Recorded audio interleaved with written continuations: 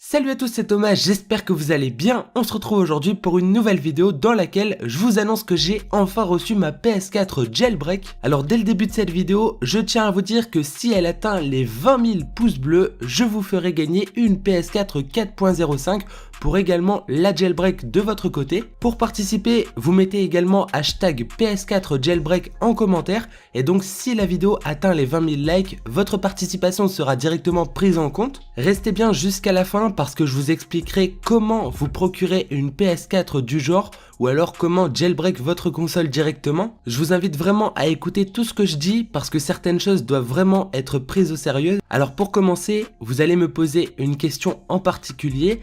Est-ce que tu peux modder en ligne? Parce que c'est ça qui vous intéresse principalement et malheureusement la réponse est non. En effet, ce jailbreak est disponible uniquement sur une PS4 en mise à jour 4.05, ce qui fait qu'on n'a pas l'accès au serveur du PSN, on ne peut pas se connecter au PSN, on ne peut pas aller en ligne sur les jeux et donc forcément on ne peut pas modder en ligne. Si jamais je fais la mise à jour et que je repasse en 5.03, alors ma PS4 ne sera plus jailbreak, c'est une chose que je ne dois absolument pas faire. Et si jamais vous avez une console du genre, ne le faites pas également. Alors du coup, à quoi ça sert d'avoir une PS4 du genre si on ne peut pas aller en ligne? Ça sert quand même à pas mal de choses, même si pour l'instant en 4.05 il n'y a pas beaucoup de fonctionnalités. C'est normal, c'est sorti il y a seulement 1 ou 2 semaines, donc c'est le temps que les codeurs, les développeurs recréent des nouveaux mods, des tools, etc.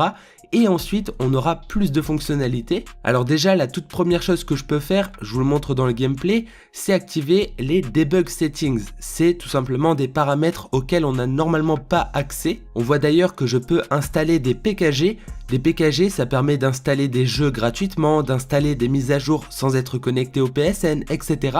Et donc j'aurai par exemple la dernière mise à jour de GTA V, tout ça sans être mis à jour sur la Play. Cependant, comme je vous l'ai dit, je peux pas me connecter au PSN, donc avoir la dernière mise à jour ce sera cool que pour le mode histoire, si jamais j'ai un mode menu pour faire spawn les nouveaux véhicules, etc. Alors comment ça marche? En gros, il faut charger l'exploit kernel de Spectre par exemple, et une fois ici, il faut simplement envoyer des payloads sur la Play. Des payloads, c'est justement ce qui nous permet d'avoir des mods, etc. Ça se fait soit depuis un PC, soit à la rigueur sur certains sites internet en passant par le navigateur de la Play une fois qu'on a activé le WebKit. Alors là, vous voyez que j'utilise parfois des termes ou alors des logiciels que vous connaissez pas. Et bah, vous inquiétez pas, avec le temps, je ferai des vidéos explicatives sur chaque chose quand moi-même j'aurai bien compris et que je saurai manipuler tout ça. Ensuite, quelque chose qui m'intéresse énormément et qui risque de vous intéresser, c'est le mode menu GTA V. Sur les PS4 1.76, on avait un mode menu qui était le Azura et qui a été créé par Too Much For You. Eh bien, je suis en contact avec ce modeur et il m'a annoncé que bientôt ça sera disponible sur ma PS4 4.05. Le mode menu, il est quand même pas mal, du coup je vous le présenterai à la fois en vidéo et en live si ça vous intéresse. On pourra faire des délires, des défis, etc.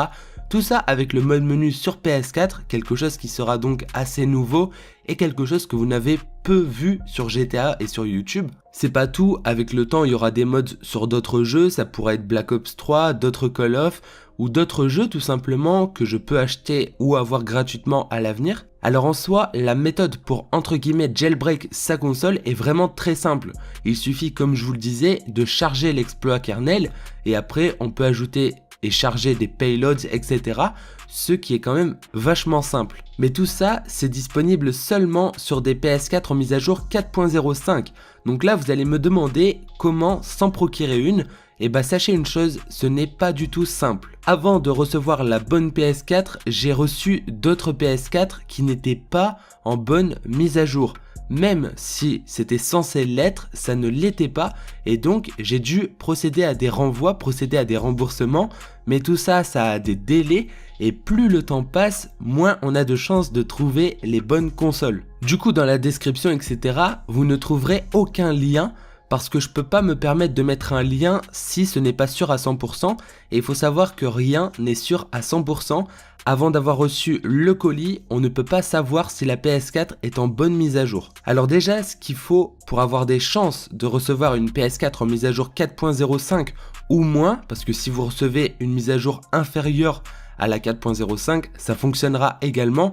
Ensuite, il faudra juste télécharger la mise à jour 4.05 pour mettre à jour sa console en bonne mise à jour. Mais il ne faut absolument pas avoir une mise à jour supérieure à la 4.05. En gros, il faudrait commander un pack qui est sorti avant le 25 octobre 2016. Il faut que ce pack soit neuf, qu'il n'ait jamais été utilisé parce que sinon la mise à jour risque d'être au-dessus de la mise à jour 4.05. Et deuxièmement, il faut que ce soit un pack qui a bien été produit, construit avant le 25 octobre 2016. Faut savoir que Sony, pour les packs les plus vendus, comme ceux avec Call of, etc., reproduit des mois, voire des années après, des packs neufs. Et donc, ils ne sont pas en mise à jour 4.05 ou moins, mais dans les dernières mises à jour 4.73 ou parfois même plus. C'est donc pour ça qu'il est difficile de se procurer une PS4 en 4.05 et d'avoir la certitude de recevoir une bonne PS4. En plus, c'est pas garanti que tous les revendeurs ou tous les vendeurs acceptent le renvoi. Pour une mise à jour, parfois il y en a qui vont refuser. Alors ne sautez pas sur l'occasion n'importe comment pour acheter une PS4 du genre, moi je vous conseille même pas de le faire. Je l'ai fait parce que j'ai envie de vous présenter des choses, parce que vraiment je suis motivé pour tester des mods, etc. Mais franchement, ne pensez pas qu'avec ça vous allez pouvoir modder en ligne, ce ne sera pas possible, peut-être même jamais. Donc voilà, moi j'espère que vous aurez pris mes conseils très au sérieux. C'est pas facile de prendre une PS4 comme ça et de tomber sur la bonne.